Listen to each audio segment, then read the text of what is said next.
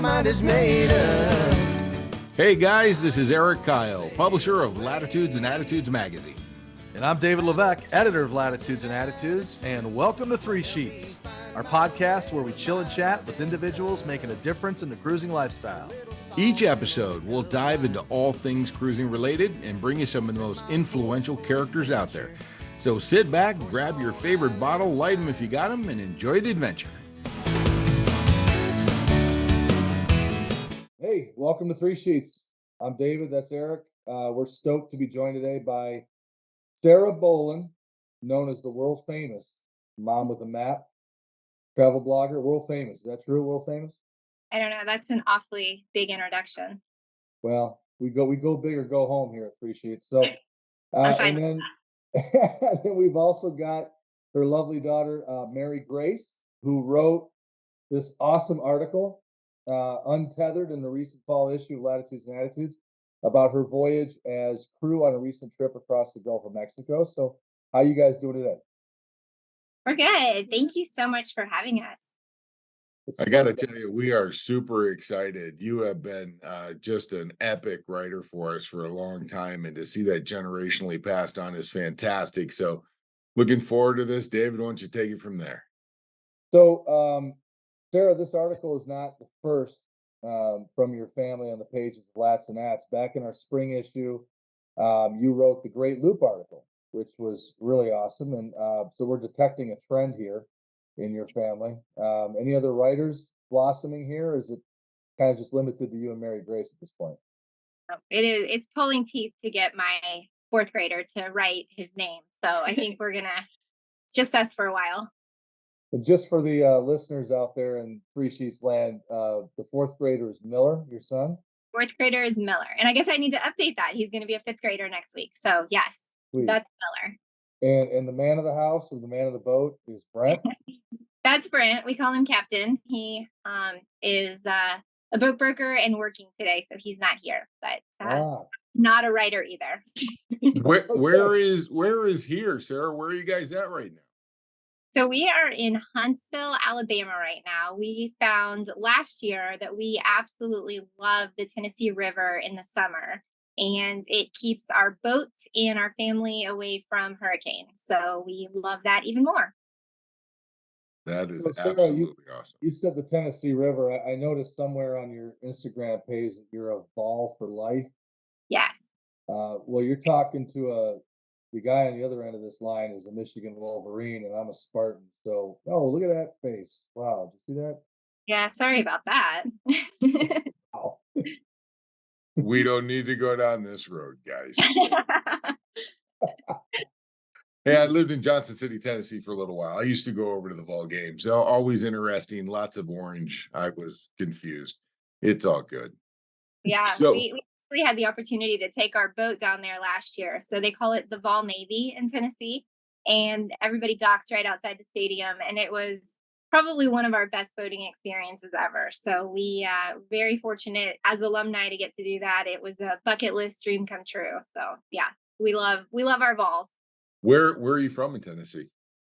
I'm from Atlanta, and my husband grew up in Knoxville. Okay. So he's homegrown Tennessee Volunteer fan. Yeah. Okay, I get it. So I'm curious. The sign behind it says this is your happy place. Tell us about your happy place. What kind of boat are you on there? You want to take this one? Sure.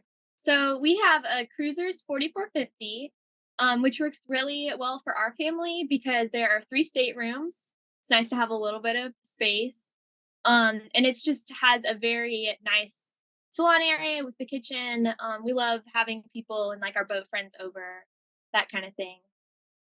Plenty of space on a 44. That is absolutely awesome. So you guys are power boating through all these different destinations, not on the typical interview that we do with somebody that's sailing. So that's fantastic to talk about some of the power boating challenges that you run across when you're in the cruising lifestyle. Yes, we're definitely not your typical, not sailors. We didn't start that way. I think she will eventually trend in that direction. That's kind of her passion. But for me, this is all I've ever known. Well, since at Latitudes and Attitudes, we really love to report on the cruising lifestyle and what it's like for boaters that are out there to enjoy it. Can you give us a little bit of background, Sarah, on how you and your husband got into this lifestyle and how that kind of materialized for you? Absolutely. I grew up in Atlanta, Georgia, on a lake with just a ski boat, and pretty much all of my best childhood memories were on the water. And then my husband grew up in Knoxville on the Tennessee River, worked in a bunch of marinas growing up. And so for us, as we started our family, it felt like a really distant dream to ever own a boat and take our family on a boat. But it became something that we were really passionate towards working towards, something that we really genuinely wanted to do with them. And so we bought a boat and never looked back. It was supposed to be a 1 year adventure. As you mentioned, we did the Great Loop. And a lot of people do that, and it's a 1 year time commitment. Buy the boat, do the loop, sell the boat. But we kind of checked in with our kids as we were nearing the end of the loop, and nobody was ready to be done. So here we are 3.5 years later. It's pretty brave to do the loop with some kids. My wife and I have talked about that and how adventurous that would be. And I can't even imagine having kids on the boat while you're doing that. So, Mary Grace, what was that like for you over the time frame to do the loop with the folks? It was amazing. I mean, there were definitely, some challenges living in a small space, but how close I can say I am with my family now and like the adventures that we shared, just they're memories that I will have forever. And I'm really, really thankful for that. So you were how old when this Great Loop started? I was 12. Okay. And Miller was Eight. okay, so 12 and 8. So obviously, I mean, the decision was made to homeschool. Were you homeschooling before you guys became cruisers? We were. So we kind of started out boating through travel. We had a commitment that we were going to take our kids to all 50 states. And so we realized early on that we really enjoyed traveling when the rest of the world wasn't. So that was, we were steering clear of summers and spring breaks, and we were really enjoying traveling with the kids on kind of like the off times. Um, and that wasn't meshing well with a traditional school setting. So we had a couple people frown on what we were doing, but we ended up transitioning the kids into kind of a hybrid private school where they were homeschooled for part of the time, and then they were actually homeschooled for the other part. It's not something that I ever really saw myself doing, but I love travel and I love boating enough that we kind of just make it work. Well, those couple people that were frowning upon you doing homeschooling, I hope they're listening to the Three Sheets podcast because you guys brought it and Thank did it. Thank you. I think, It, yeah, there were a lot of people that had concerns. I mean, we're not. I think, maybe even like 10 years ago, the stereotypical homeschoolers were still, making their own clothes and churning butter and doing all these things that I did not do. And so I think just kind of breaking out of what the stereotypical homeschoolers used to look like. Um, but even in the years that we've been doing it, we've seen so many changes in that, and so many more positive Yeah. people about it in general. So no churning butter for you, Mary Grace? No? there's something to be said about home churned butter. I just want to defend that for a moment, if I could. I'm not knocking it. I just And it's not us. Hey, don't knock we it till you churn it, right? So I'm kind of curious as a person who aspires to do the Great Loop at some point. We've been publishing Great Lakes Scuttlebutt magazine for decades. I'm not sure if you're familiar with it. If not, shame on me. And I've seen articles about it. I'm intrigued by going up to 10 Toms, going to the Illinois River, the Mississippi, going through ICW, figuring out how to get away from the Cape Fear in the North Carolina Outer Banks, and what do you do around Florida? And I know what to do in the Great Lakes. I mean, it makes a lot of sense, but going through all the canals, I mean, there's so much to that trip. What is the one thing that makes you just, when you think about the Great Loop, this is the experience that I think about? So we had a really amazing just way that everything lined up. We say this all the time. We could not have planned it at all. But it just happened that the day that we were going into New York Harbor was my 13th birthday.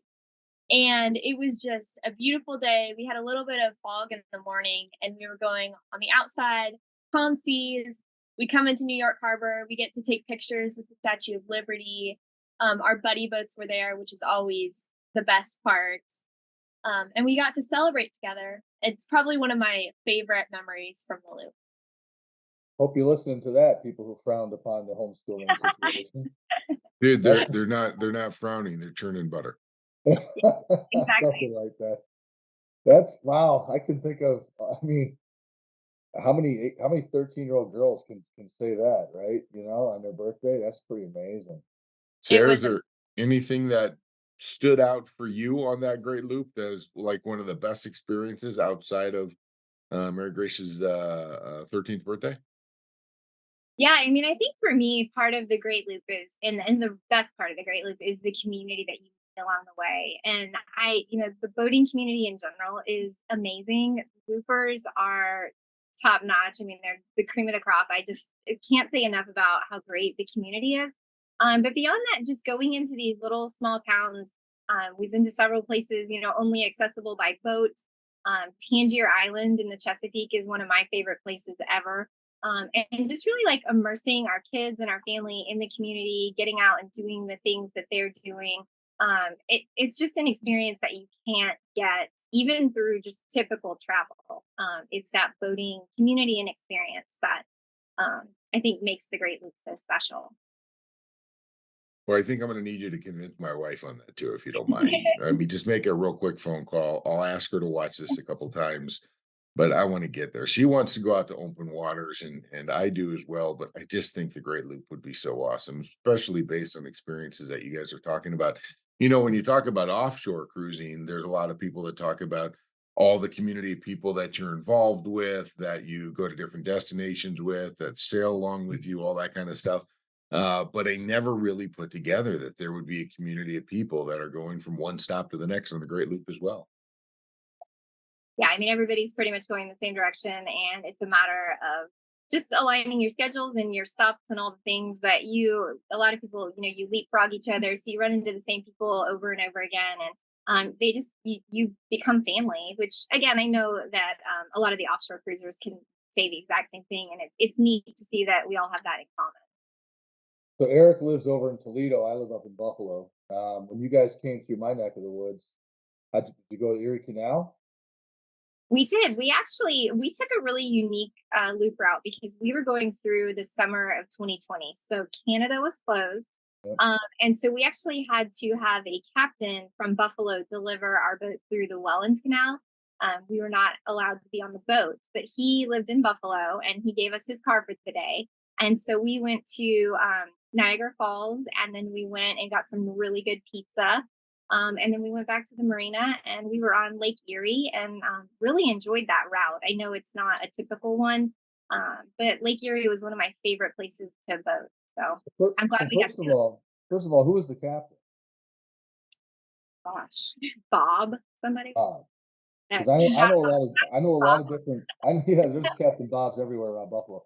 I know Yes. quite a few people who had actually were moving boats through the Mhm. Welland Canal during the quarantine and everything when Canada was closed. So that's really interesting that you were part of that. And listen, I'll be honest with you, I've had pizza all over Buffalo, but I never really had good pizza in Niagara Falls. So you're gonna have to tell me where you went. No, no, no. We went back to Buffalo to get the good pizza, but not at Niagara. Wow, We went got to it. Niagara Falls, then sorry, it got blended. We were in Buffalo when Yeah, we got. while you were in town, I don't recall like you reaching out saying, "Hey, Dave, let's grab some chicken wings or something." But it's okay. I could have showed you how to churn butter. Next Um, time. Next time. If I could throw something in there real quick, is there normally a path that people take when they go through the Mackinac Straits to go down the North Channel into the Georgian Bay and then through what's called the Trent Severn waterway system to dump out onto Lake Ontario? I've been on the Trent Severn on a houseboat a couple of times, and I've heard a lot of people taking that great loop route through there. So, was there any decision or discussion about which route to take? Because you went through Lake Erie, and that's where those pesky Americans are. Yeah. Yeah, I mean, I think when we set out to do the Great Loop, when we planned our trip, we would have absolutely envisioned ourselves going that more traditional route through Canada and the Trent Severn. And I think one day we'll get up there, but because of Canada not allowing us to come in their country, we found an alternative path and it worked for us. And we're grateful for that experience too. you hear Outstanding. that, Canada? You guys missed out on that with the map. Seriously. We'll be You're back. lost. You're lost, A. All right. Listen up, Mary Grace. Yes. You're on the hot seat, kid. Okay. So we mentioned in the fall issue of Lats and Ats that you wrote an article titled "Untethered Sailing Trip," right? Yes.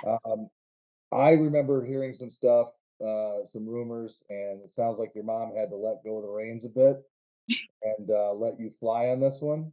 So, how was that whole experience? How hard was it to get you to convince mom to let you do this?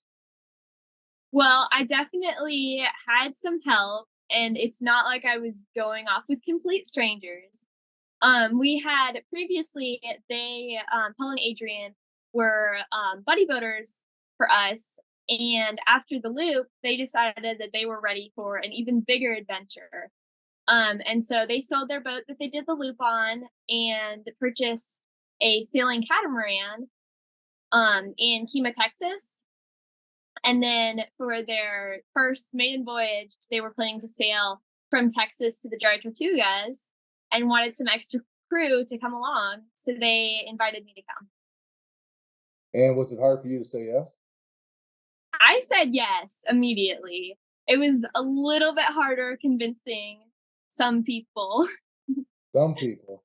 Well, I'm the type that I said yes right away, and then I thought it through, and I was like, "Ooh, okay, I don't know about this." Like, it really hit me as she was like leaving. That was when, and then I'm just stuck watching like a little tracker of her go across the ocean. But I'm really thankful that she got that experience. So very, very grateful for Paul and Adrian inviting her to come do that. It was very special.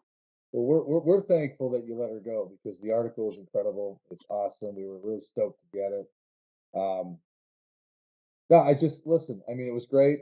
I'm really happy that you had a chance to do that. I'm looking forward to you writing for Latitudes and Attitudes in the future for sure. Right? All Now, right.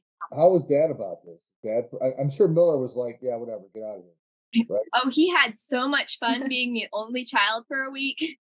Yeah, Miller lived his best life that week. Great. That's awesome. How'd Dad feel about it? He was pretty good. Yeah, Yeah, he's all right. more laid back about things like that than me, so he did good. How long did the trip last, Mary Grace? It was about 8 days. Okay. 8 days, 7 nights, and you went into what, like Key West or something? Or where'd you guys go to? Yes, we came into Key West. Okay. Well, one of these days, I'm actually going to read this magazine. I've been threatening the staff with that for years. Well, But you were if you're doing this, I mean, you did everything, right? Because I read the article because I read the magazine, but I edit part of my gig here at Latitudes and Attitudes Intergalactic Headquarters. But editor. you were out there. You did every role. You were on night watch, right? Yes. That's cool. It was amazing. I had to watch, it was from 6 to 10, both morning and night. And so I got to see both the sunrise and also see the sunset and the stars coming out. It really was like the perfect shift, in my opinion. And were you at the helm at all for this, Mary Grace, or where was you were steering the boat, you're skippering the boat during those times? Yes, Oh, that is just so epic. it was Did, amazing. any sea life encounters that you'd like to share with us? So we saw, especially at sunrise, a bunch of dolphins would come out. Mm. I'm a little bit of a marine science nerd. So I later identified them as pantropical spotted dolphins. And we also, on the other end, for like the night shift, had a lot of the bioluminescence in the water, which was just really amazing. Sometimes I'd go up to the bow and just watch it splash in the bow lake, and it was so beautiful. Oh, that is absolutely awesome. So when you got into Key West after 8 days, and were you able to call and talk to your mom every day of this trip, or was it something that you were not in communication all of a sudden? Hey, I made it. No communication until I got back, and then pretty much immediately had a little FaceTime call, and she was like, "Oh, I survived." And my brother Miller was, immediately telling me about like everything he had done that week, and he had a lot of fun while I was gone. That's awesome. Was he sad to see you come back? Part of me is a little nervous that maybe part of him was a little bit sad to see me come back. Mhm. I'm not sure exactly what to think of that. Mm. That's awesome. Well, listen, I want to jump back to Sarah real quick. So Sarah, I mean, just getting into the Mom with the Map and your site and your blog and all that. From your website and Linktree, it's very clear that you're quite the entrepreneur. Okay. I read on there you've got a franchise business and you have a homeschool campaign. Did I get that right? We did. We did. We worked with Abeka, which is a homeschool brand that we've long since loved, and they invited us to be part of a campaign with them. So yeah. Okay, cool. Just do me a favor, elaborate more on those for us. And also, I saw in there something called No Wake Adventures. So Yep. Yep. let's go through it. So I mean, the long and the short of it is we have decided to live this life of full time on board and wanted to obviously be able to support that. So I was working a lot in the travel industry before we moved onto the boat, and so did a lot with different companies. But then obviously COVID hit kind of at the right time for us, and we were transitioning to the boat and all the things. So now we just kind of try to do a little bit of everything. And I write for No Wake. They're an app that's like a navigation app on the water, and just kind of whatever comes our way, we're open to kind of looking into it. So Okay. keeps us busy. Hasn't there always been a stigma to people who go cruising that you've got to be retired, you got to be independently wealthy, you got to have a whole bunch of money. You can't go out to the derelict yard, pick up a boat, and just go. It takes a tremendous amount of prep, decades and decades, and figuring out every moment. But you guys are, doing it on your own. You're doing it on a power boat, and you're figuring out ways to make it happen and continue. And I really admire that, and hopefully that's inspiring other people to do that as well, Sarah. Thank you. That's really always been one of the things that, really the reason that we share, the reason that I started Mom with a Map was to inspire other people to travel with their kids. And just, you're right. I mean, there is a lot of people who think that they need to wait. And I don't know what you're waiting on. We're big in kind of like you only get to do this once. And so we're going to really enjoy the heck out of our kids and really take them and do what we can.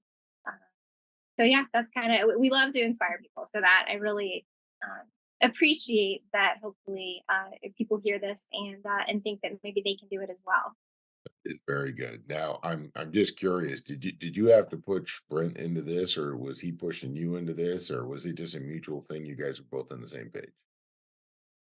Uh, Admittedly, the boat thing was more him.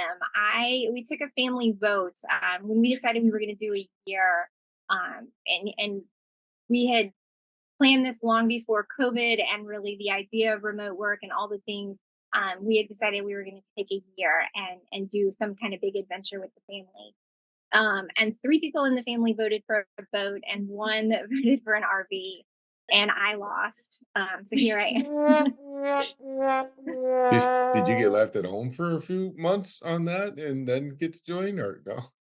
No, no, we as soon as we all voted boat, I mean, I was all in, and I don't turn down much. I mean, this was a really cool opportunity, and so I wasn't going to miss out. Awesome.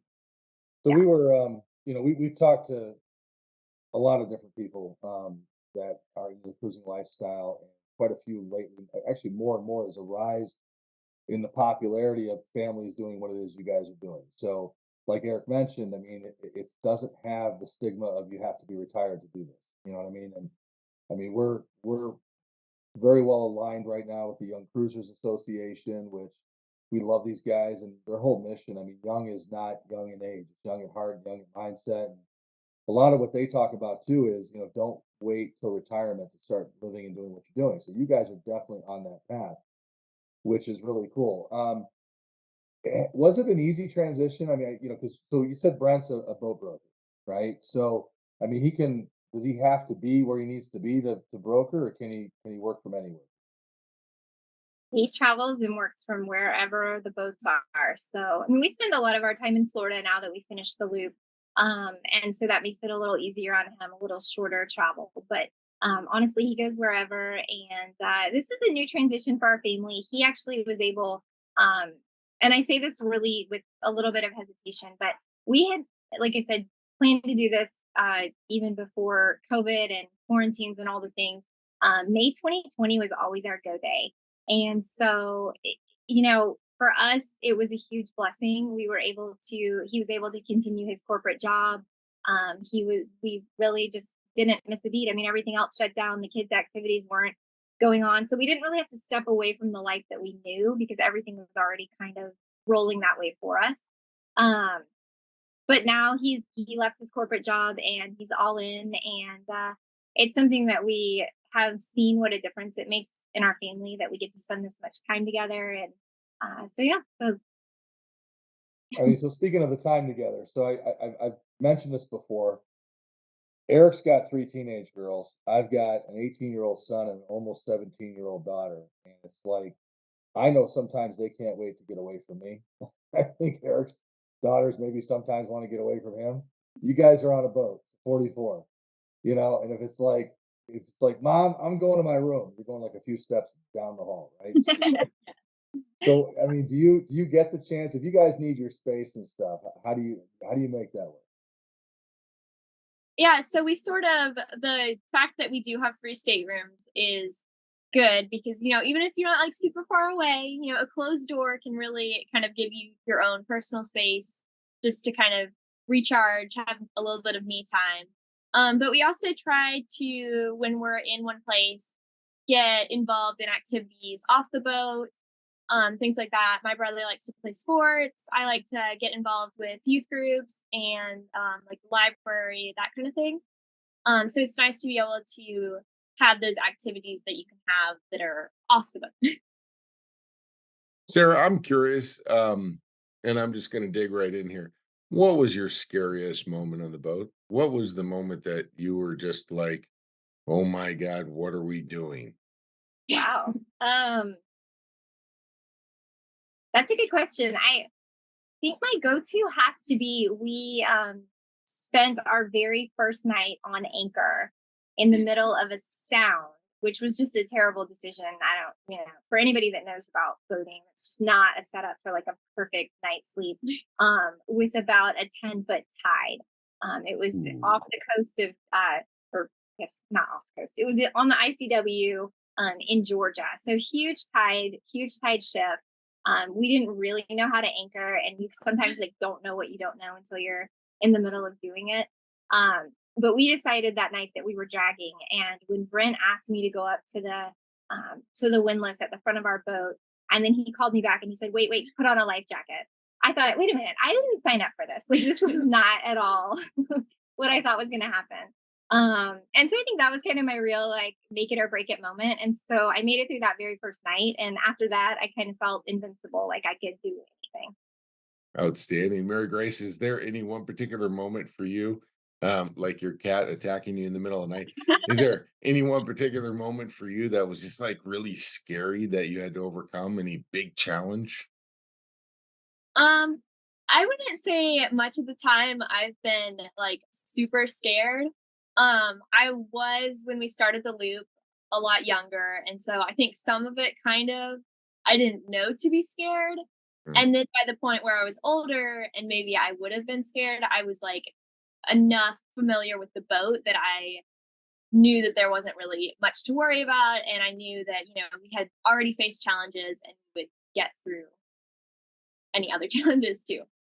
Outstanding. Well, that of course is one of the things that people who are considering doing any type of cruising always, what kind of fears do I have to face? What kind of challenges do I have to overcome? And Grace, you talked about your most exciting moment on the boat, of course, being your 13th birthday. And Sarah, you've had plenty of exciting moments as well. So sometimes you got to weigh those the benefits against the negatives. Yeah, for sure. And, I think one thing that's interesting with boating, and, I think if you're a fearful person in real life, you're also going to be a fearful person on the water. I mean, I think your personality pretty much transfers well. But I think one thing that is magnified in boating is just the highs are really high and the lows can be really low. And that's one thing that we've just needed to learn to just kind of like ride that roller coaster that boat problems are going to happen, but we're going to overcome them. And for all the low moments, there's at least 10 high moments. So it balances in our favor. That's awesome. I want to jump back to the homeschooling really quick because one of the recent podcasts that we did was with a group called Sailing Catalpa, if you're familiar with them or not. And that Yeah. was so fun to talk to them. So incredibly fun. They were a fantastic family, just like you guys are. I mean, just the smiles on everybody's faces all the time. You can tell you love the lifestyle, which is what we're all about here. But we're talking about like homeschooling and all that. It's like Mary Grace. So I know that when my kids were growing up, and if I asked them if they did their homework, a lot of times I'm like, "Yeah, Dad, I did my homework." And then the next day I'd find out from the teacher that, "Oh, we didn't turn an assignment in." So you don't really have that luxury. It's not like you can say, "Well, my cat ate my homework," because mom can go check on the cat and find out what happened. So are you a good student? Is Miller a good student? Or are you guys constantly getting detention? I have not gotten too many detentions. She's on She anchor duty if she gets detention. Straight up to the bow. No, they clean the engine room. That's the that's the punishment. But no, she makes things easy. She makes me look good as a mom because she is such a phenomenal student and she just generally genuinely enjoys learning. Um Miller likes snacks and he's very smart and he's very resourceful and his workbooks sometimes just disappear. So the LOB, lost on boat, is a real thing.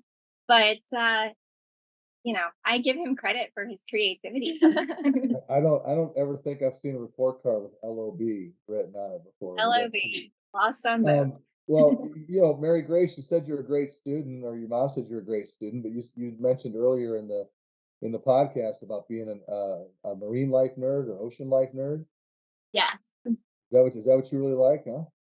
I have probably for close to 10 years now been obsessed with marine biology. And I've kind of at this point decided that that's where I want to go someday with my career. So a lot of my classes, having the flexibility of being homeschooled, I'm able to pick and choose a little bit of taking, my electives or even some of my science classes are for that marine field. Have you ever met Lauren Landers? I don't think so. Do you know who Lauren Landers is? You read her article she was in the summer issue, right? She was on the cover summer issue. Yeah. Yeah, she's a marine biologist. She hangs out in the Bahamas. We got to connect you guys. Gotta connect. Yeah, for Yeah, sure. totally. So what's next for the Bowlin family? Where are you guys going to go from here? You're currently hunkering down, avoiding hurricanes or potential hurricanes that are out there. You're going to splash this boat. You're going to go where? What are you going to do next? Yeah, so we have a lot of the AGLCA, the America's Great Loop Cruising Association events this fall. So we're gonna go speak with the planning crew, and then we're also gonna they have a fall rendezvous where they showcase a lot of the boats that are coming down the river. So we'll meet up with the loopers that are also going downriver that are actually doing their loop this year. And then we plan to arrive back somewhere in South Florida, usually around like the holidays, is the plan. And then from there, we're boaters. So, you just don't know what's going to happen. So no plans, no destinations figured out yet? I mean, the destination is South Florida. Okay. We were in Fort Myers for 2 years until the hurricane took out the marinas there. So we're kind of finding the new home base for now. That is fantastic. It's a whole nother brave new world that you're about to embark on here coming up this fall. Are you going to be at any of the boat shows, Annapolis, Fort Lauderdale, Newport, Miami, any of that kind of stuff, making a guest appearance? We're doing the AGLCA stuff this fall, and probably Miami in February. Awesome. Awesome. Sarah, I want to touch real quick on something because in your social media and your blogs, I mean, you very big on your faith, which is amazing. And I saw a post that you did. I mean, I just want to back up real quick. One of the articles that we had in the fall issue was it's a certain section that we're sort of kicking off a bit. We called it inspirations and transformation. There was an article in there about sailing the healing powers of sailing for cancer patients. I Oh, wow. noticed one of your posts you had mentioned something about a lighthouse family retreat that you had done back in 2019. Can you just talk a little bit about that? 'Cause I think that's pretty amazing. Yeah, thank you so much. So Lighthouse Family Retreat is a organization. It's a nonprofit out of Atlanta, Georgia, and they host basically these beach vacations for families that have children going through a childhood cancer. And some of the patients that come in, they're all cleared by doctors to be there, but some of them are really, really sick, and others are kind of trending into the remission stage. But basically, as we serve there, and so we come alongside as a host family, and we just make their trip magical. We're taking out their trash and making their beds, and playing with their kids while they get some really quality time with the other families to kind of go over stuff from how do you deal with the insurance, and how are you processing emotionally, and we watch all the kids for a date night so that the parents can reconnect, which I think is something that they rarely get when they have a child going through that. They put a big emphasis on the siblings, because a lot of times the patient that's actually going through the treatment, they have the doctors and the play therapists and all the things that come alongside. But maybe the siblings have really gotten neglected. So that's kind of our job. And so we served on that in 2019, and it has held true to be one of the hardest working weeks that we've ever done as a family, but one of the best experiences ever. So we are really looking forward. We get to serve again this September, and we cannot wait. I would love to have an article on that. Okay, See, I just set you up for another article. got it. You guys can arm wrestle over who's going to write it though, because you're both. That sounds So, great. well, what is the website? How can we get in touch with these fantastic people? Ooh, that's a good question. I will get it to you, but I think it's Lighthouse Family Ministries is the organization. Outstanding. And if we wanted to learn more about your adventures and what you guys are doing, follow you on some social outlets, what is the best way to do that? Yes. So I'm Mom with a Map. So our website, and then also our social media is also Mom with a Map on Instagram and Facebook. Outstanding. I love it. I love it. You guys are a great family. I mean, absolutely. When we first got the article for the spring issue on the Great Loop, I know Joy McPeters, who's on our staff with us at Latitudes and Attitudes. How did you guys connect with Joy, by the way? I got to ask that question. I think through Kim Russo, the director of the AGLCA. Oh, perfect. Yeah. Okay, perfect. So I know we're trying to do a little bit more with AGLCA, so hopefully we can plug in a little bit more with their members in terms of what Latitudes and Attitudes is doing. But Joy just spoke so highly of you and your family, and when the opportunity came to get Mary Grace's article, it was a no-brainer. And I mean, we're just absolutely thrilled to finally talk with you guys. You're a great family, and definitely an inspiration to more families getting out there and doing the cruising. Well, thank you so much. It's been really great hanging out with y'all today. Thank you, Mary Grace, Sarah. We wish you all the best while you're out there, and enjoy your time, and come back and see us again sometime. Thank you. Thank you. It's a Cheers, state guys. of mind. Bye. My mind is made up. I'm gonna sail away.